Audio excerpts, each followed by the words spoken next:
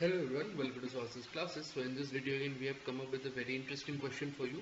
A question pertaining to basically factors and perfect squares and perfect cube. Okay, so this questions involves a very important concepts in regards to perfect square and perfect cube and their factor and their basically prime factor representation as well. So we'll take a look at this sort of questions. So this sort of questions are quite frequently seen in one form or the other in examinations like GRE and GMAT. So they're quite frequently asked. So we'll take a look at the same as well and we'll try to solve the same so that whenever we come across a question such as this further down the line, we are easily able to solve them. Okay. So having said that, let us simply focus on the question in front of us. So and let's take a look at the approach involved solving the same. Find the smallest natural number n which becomes a perfect square when divided by 13 and a perfect cube when divided by 5. Okay, when divided by 3 and perfect cube when divided by 5. So suppose that number be n. Okay, so it is given when n is divided by 3 it gives a perfect square. Perfect square.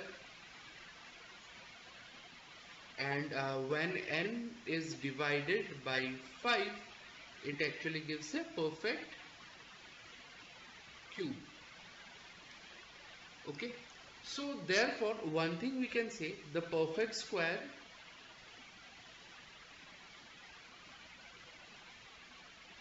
is a factor of 3 and perfect cube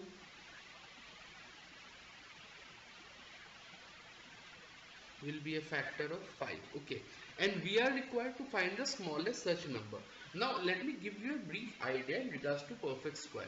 Okay, perfect square always has odd number of prime factors. Okay, sorry.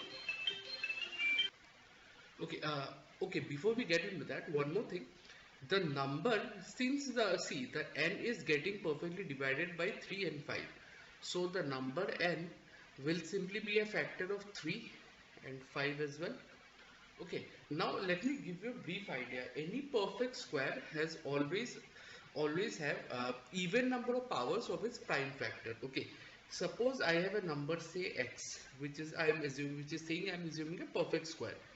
So the power of the prime factor of x will be a, b and c. So this is always be 2p, 2q and 2r.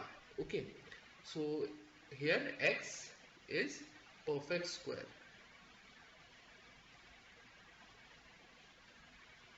And suppose if I am assuming x to be a perfect cube and a, b and c are the prime factors, then they will be on the form 3p, 3q and 3r to the power. Okay, here x is perfect cube.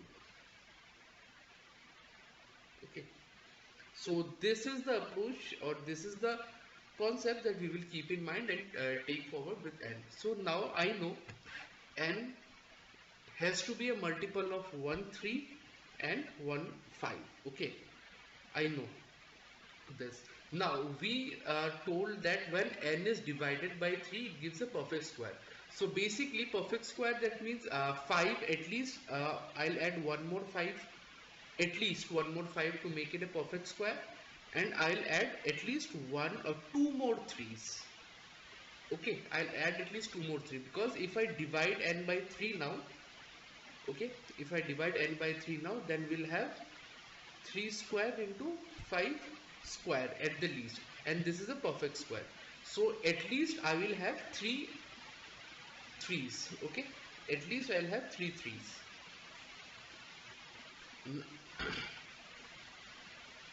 Also it is said when n is divided by 5 it gives a perfect cube. So perfect cube, so we need a to the power 3p. So we already have 3, so I'm assuming p is to be 1. Now for 5 also to be 1, and we need at least 2 more 5, that is 4 5. So now when I divide n by 5, I can actually cancel out one of the 5 and we will be left with 1 2 and 3 5. So that 3 3's and 3 5 will give us a perfect cube in that regard. So minimum number that we need to have as a value of n would simply be 3 3 into 3 into 3, so 3 cube into 1 2 3 4 4 5s. Okay, so therefore our minimum value of n would simply be 3 cube is 27 into 25, so that is 16875. So this will be our minimum number.